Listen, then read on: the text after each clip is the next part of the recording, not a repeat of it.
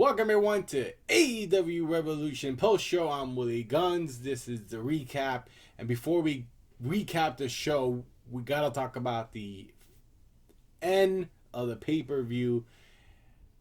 And boy, that was so bad. Something had to be wrong. I'm sure Tony Khan's gonna mention it. Maybe an explosion didn't go off because that's exactly what happened. An explosion never went off. Um, it undersold it, and it was just bad. But we'll get to that when we get to the main event. But I felt I had to say it. It's just not. There's no way around that. The ending, just bad. It was just bad. But we're gonna start things off with the buy-in show.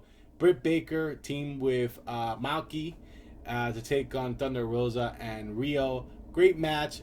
All the women here, fantastic. No, Britt Baker got the victory thanks to Reba outside interference. She was supposed to be in the match, but of course, storyline, no, she's hurt, and she ended up using her. I don't even know what it's called anymore. I have. Anyway, she ended up interfering. No, hit Thunder Rosa, so that feud is definitely going on.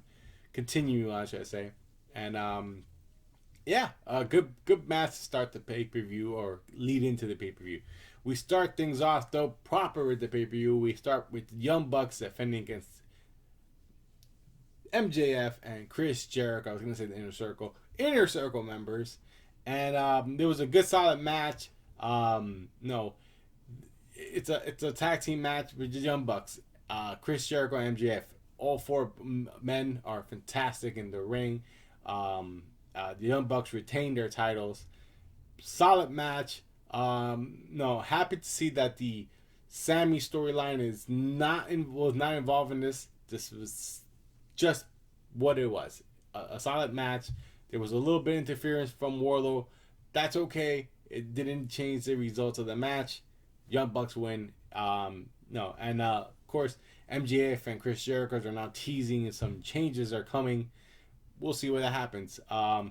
Next up with the tag team battle royale. Oh wait, I'm actually giving scores to these matches. So I gave the Young Bucks versus MJF and Chris Jericho a 4 out of 5.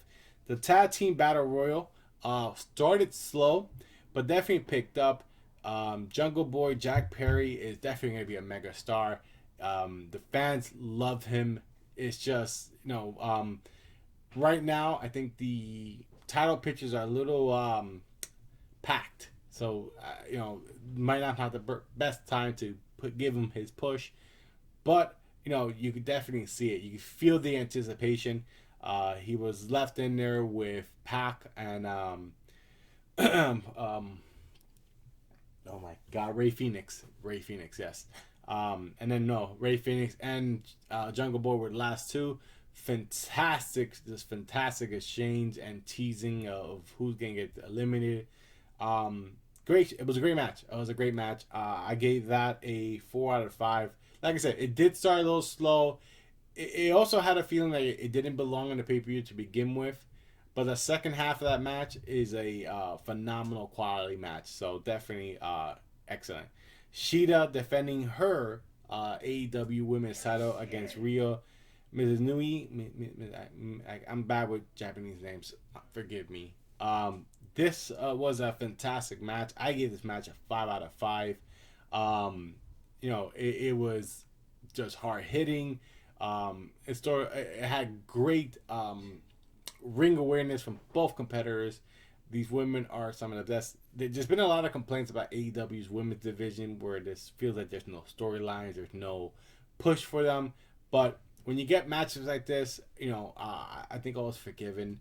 And however, there is a big however. I thought the post match brawl was pointless, absolutely pointless. I felt it did nothing to do a storyline at all. So I'm guessing we're gonna get a tag match. I don't know. I really don't know what the whole point was. Because Britt Baker came back out there. Nyla Rose was out here. She started kicking all their asses. Are we gonna get a tag match? Is that what they're building up to? I don't know. I honestly do not know. Miro and Kip Sabian taking on Orange Cassidy and Chuck. There was another match that I felt did not belong in the pay per view. I gave this match a 3 out of 5. It started interesting, of course. No, with a whole backstage. What's it called? He basically jumped him, and but the match went on. But yeah, I felt it was a pointless match. The best part of this match was Miro, no, basically pushing Kip Sabian into Pelani floor on purpose. Like he clearly did not care. He and maybe that's part of the whole thing. Maybe that's part of the character build. No, because to make Miro such a beyond heel, because that was pretty evil of what he did basically. But again, I did not feel this match on the pay per view. It just had no bill. It feels like this storyline is going on forever, and no, it hasn't gotten really anywhere entertaining and anywhere meaningful. Unless this is Miro's story to just build his character as a pretty much a hole. But we'll see. Next up, we had Matt Hardy taking on Adam Page, and this was a 5 out of 5 match. For anyone who felt let down with the whole Matt and Sammy storylines and matches, this is clearly Adam Page. No, he's a phenomenal wrestler, and the story here was you gotta give credit to both wrestlers. They pulled that off. I'm getting a little tired. It's almost midnight here. But yeah, let's get it right back. Yeah, Matt Hardy, Adam Page, great match. Private Party did show up. I was expecting a little more. I was expecting what's it called, the hybrid team to come out, but they didn't show up. They did. One of them did show up. Jack Evans, I think his name. Jack Evans showed up during the tag team battle royal, and actually got rid of one of the Dark Order teams member.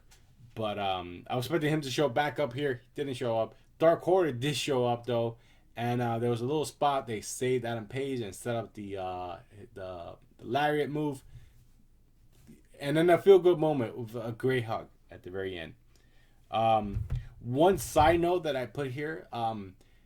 They put results for AEW Dark, and I felt like this is a pay-per-view, not a weekly show. And it just kind of made it feel like you didn't care about this match, even though it was one of the best matches on pay-per-view. Face of the Revolution ladder match. This I gave a 4 out of 5. The surprise entrant was Ian Page, former Impact wrestler. The right wrestler won. Scorpio Sky deserves his push. I think it is time for him to get that belt. As much as I like Darby Allin, I feel like he hasn't done anything with the belt, and his storyline with Taz does not need this belt. And I don't think that feud is over, because we're going to get to that. Of course, then we got the mystery signing. Christian Cage is officially All Elite. There were some people online who were saying that this was not a major signing. I thought it was a big deal. Maybe they overhyped it. I know.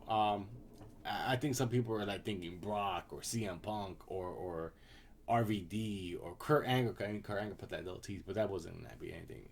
But Christian Cage is a big deal, especially because he just came back. He had an appearance at the Rumble.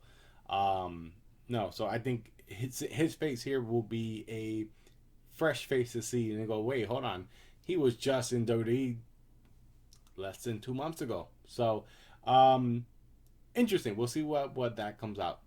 Then we had Darby Allin and Sting taking on Team Taz in a cinematic match.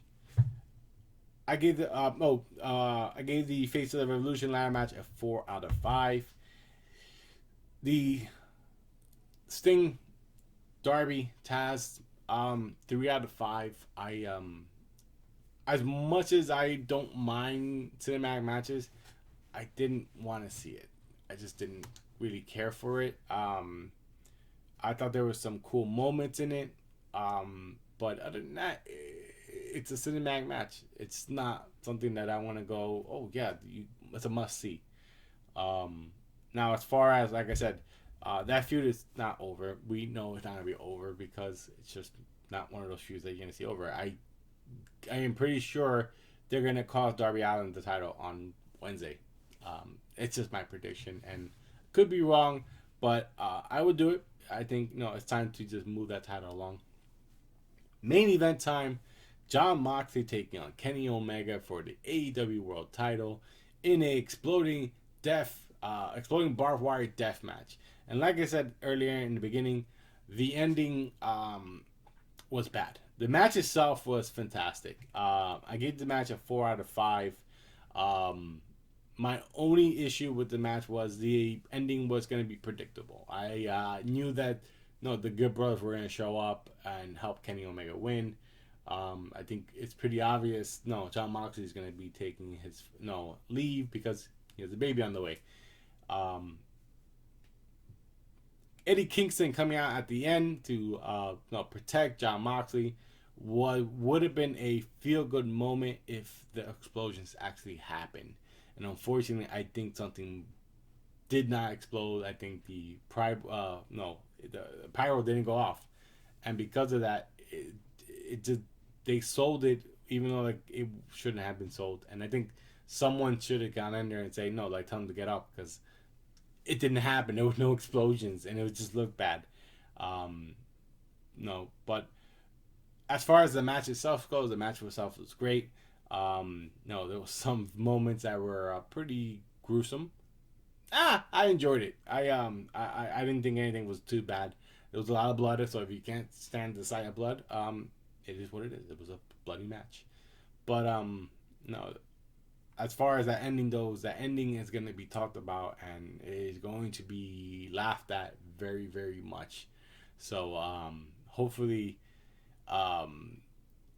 there could be some kind of explanation given that it did cut off. The explosions didn't go off, or maybe someone pulled it, or maybe even say that the Blade and the Butcher were able to cut the wire so it doesn't explode. Or something. You got to do something because it was stupid that and then and maybe have Eddie Kingston just say that he didn't get up because he was trying to tell John to stay down, relax. You've been through a war. Agree on one thing. Kenny Omega may be a tough son of a bitch, but he can't make an exploding ring worth of shit.